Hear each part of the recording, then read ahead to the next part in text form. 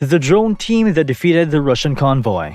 A week after declaring war against Ukraine, Russian President Vladimir Putin set his sights on one thing, and one thing only: Ukraine's capital city, Kiev.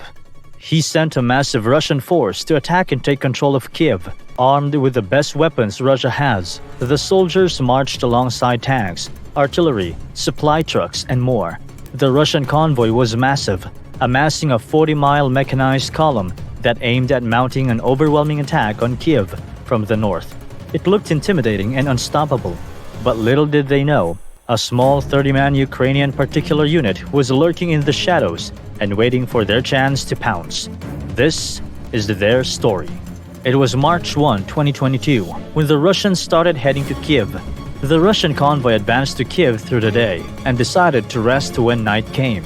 They stopped near the town of Ivankiv, situated on the left bank of the Teteriv River.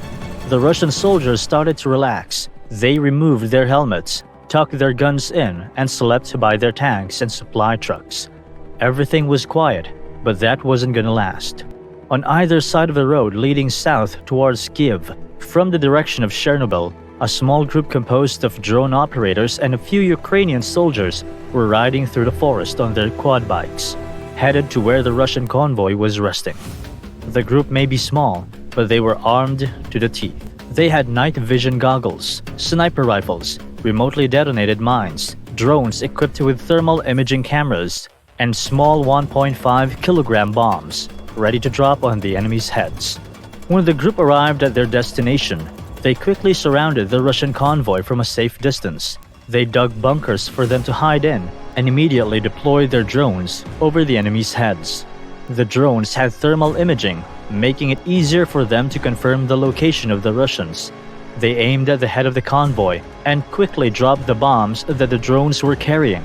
The Russians woke up to surprise explosions. They were rattled and disorganized. They did not know what to do. They tried to look for the Ukrainians, but it was pitch dark, and they couldn't see anything. They aimed their guns in different directions, eventually taking down one drone, but it was too late. 3 trucks from the front of the convoy exploded, taking out some of the Russian soldiers close by. The Russians had to regroup and recuperate from the surprise attack, which meant their march to Kiev immensely slowed. And even when morning came and the surroundings got clearer, they still didn't know what hit them. Well, let's meet them, shall we? The drone operators were recruited from an air reconnaissance unit known as the Aerorozvidka. Aerorozvidka was founded by an investment banker and drone enthusiast named Volodymyr Kochetkov-Sukak. He formed the group in 2014 when Russia invaded Crimea and the Donbas region. The group was composed of young university-educated Ukrainians who wanted to use their technical skills against the Russian forces.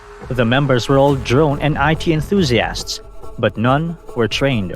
And unfortunately, Russia quickly reminded them of the danger they would face. In 2015, the group's founder Volodymyr Sukak lost control of his drone, and it landed in the Donetsk region. The Donetsk region in Ukraine is full of pro-Russian rebels who support Russia's invasion of Crimea. Determined to recover his drone, Volodymyr headed to Donetsk, essentially crossing enemy lines.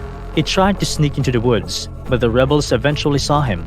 Snipers immediately shot at Volodymyr, who was running for his life at that point. Luckily, he evaded the snipers and reached his drone safely. Volodymyr quickly picked up his drone before realizing he had stepped on something. As he looked down, he saw his foot pressed upon a landmine planted by the rebels.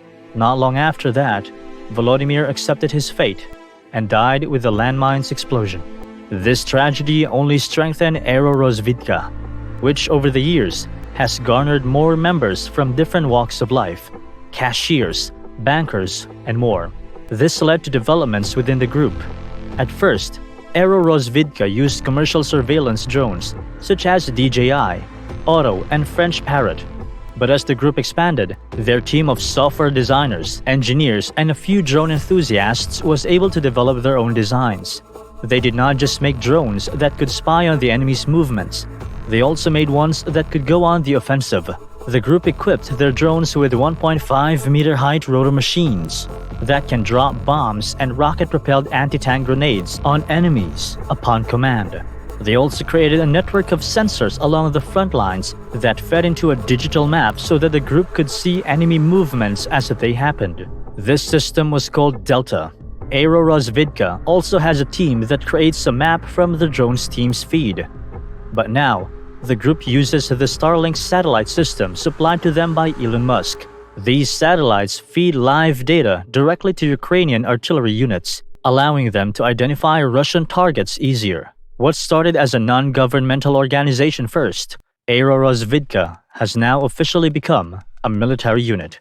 It was initially disbanded in 2019 by the then defense minister. Still, when Russia started threatening Ukraine, the group was quickly revived last October 2021. Now, with Lieutenant Colonel Yaroslav Honkar as a unit commander, the group has completed several missions, and now, as the Russian convoy approaches Kiev, the group is again called to action. After the group destroyed the head of the Russian convoy, the Russians had a hard time advancing. Thus, they decided to split up the convoy into small groups and use different routes on their way to the capital. But the Russians didn't realize that Aerorozvidka was still hovering over them and spying. They knew exactly what the Russians were doing, and they again countered the enemies. For their next attacks on the Russians, Aerorozvidka made use of Bayraktar TB2 drones, bigger than the drones that they usually use and can also carry better firepower. In 2019, Ukraine bought a handful of Bayraktar TB2 drones, and now the country has used them. The drones targeted tanks and armored vehicles, dropping bombs on them and killing Russian soldiers. The drones also aimed at Russian supply trucks carrying ammo, oil, and other supplies. Many Russians died because of their lack of supply in the middle of the cold snow. Over time, though, the Russians started to adapt to the ambushes that Aerorozvidka did. They started aiming at the drones more, and they did it more quickly. More importantly, they started going after the drones' signals. Without a signal, they can't function properly. The Russians brought out a device that would jam the signal, which resulted in drones suddenly losing power and failing. This led to Aerorozvidka needing more supplies to continue their operations.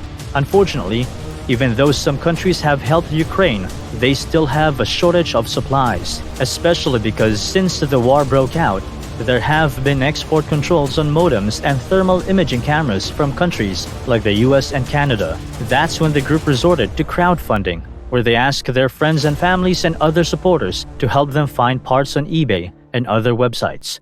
One of their main suppliers was an economics student named Marina Bologna. Not only does Marina scout for supplies and spare parts that the unit needs, but she also finds new routes for the supplies to cross the border and reach the group. She wasn't alone either. By her side is her partner, a molecular biologist in Cambridge named Klaus Hentrich. Klaus was a conscript in the German army and was once a member of an artillery reconnaissance unit. For him, Aerorozvidka is essentially the eyes of the Ukrainian army, which means they are heavily relied on. More importantly, Klaus was able to come up with a device that could shield Aerorozvidka drones from the Russians' jamming equipment. Before that, they would just wait for the Russian device to be turned off before they deploy their drones. Now, equipped with Klaus's shield, the drones can freely fly to their missions without hassle. They quickly prioritized targeting the jamming devices of the Russians. After it was destroyed, they continued ambushing and split up Russian groups that were once part of a very massive convoy. They were also helped with artillery from other Ukrainian military units, moving and attacking based upon Aerorozvidka intel from their drones. After days of enduring ambushes from Ukraine's special unit, Russia's convoy finally conceded their march towards Kiev. Thousands of Russian soldiers were forced to surrender to the might of a 30-man Ukrainian reconnaissance unit. Aerorozvidka essentially used guerrilla tactics to combat the Russians. They moved in small groups and launched surprise attacks on the enemies. And as soon as the Russians tried to fight back, they promptly left the scene, minimizing their casualties. According to the team's leader Honkar, what they did could be the future of warfare, in which small units networked together by mutual trust and advanced communications can defeat a bigger, more powerful enemy. When the war broke out, some countries and personalities thought that Russia, a powerhouse known for its superb military capabilities, would easily run through Ukraine. But that wasn't the case. The Aerorozvidka shows Ukraine doesn't give up easily and has a few tricks up its sleeves. The head-to-head between the massive Russian convoy and Ukraine's 30-man special unit was truly a David and Goliath battle. And just like in the old story, David once again came out on top.